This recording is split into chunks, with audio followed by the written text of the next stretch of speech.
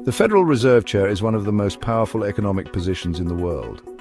The Fed Chair sets interest rates, influences inflation, and impacts the entire United States economy. Given this immense power, a critical question arises. Can a US president fire the Fed Chair? The answer is not straightforward. It involves a complex interplay of law, history, and political precedent. Understanding this relationship is crucial to comprehending the delicate balance between political power and economic independence in the United States.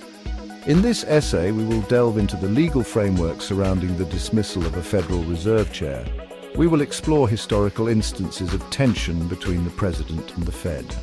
Finally, we will examine the importance of the Federal Reserve's independence and the potential consequences of undermining it.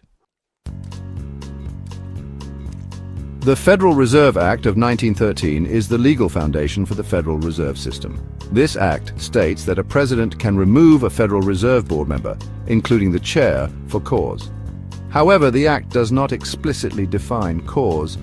This ambiguity has led to debate among legal scholars about the scope of presidential power. Some argue that cause implies serious misconduct or neglect of duty, while others contend that it grants the president broad discretion. Historically, no president has successfully removed a Fed chair for reasons solely related to policy disagreements. This suggests a high bar for dismissal and an implicit recognition of the Fed's need for independence. However, the lack of a clear legal definition of cause leaves the door open for potential challenges. The relationship between President Donald Trump and Fed Chair Jerome Powell provides a recent example of the potential for tension between the White House and the central bank. Trump repeatedly and publicly criticized Powell's decisions to raise interest rates, arguing that they were harming the economy. Trump's pressure on Powell raised concerns about political interference in monetary policy.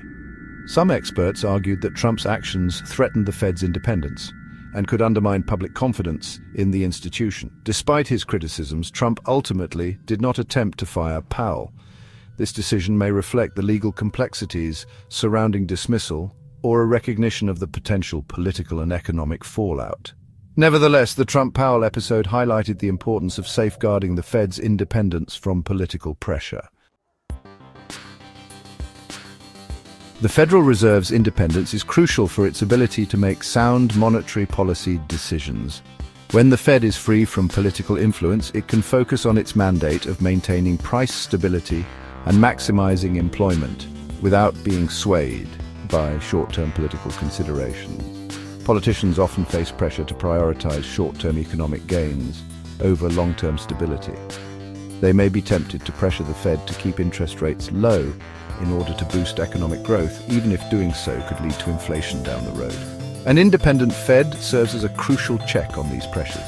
It can take a longer-term perspective and make decisions that are in the best interests of the economy as a whole, even if they are not politically popular. Protecting the Fed's independence is essential for maintaining a stable and prosperous economy.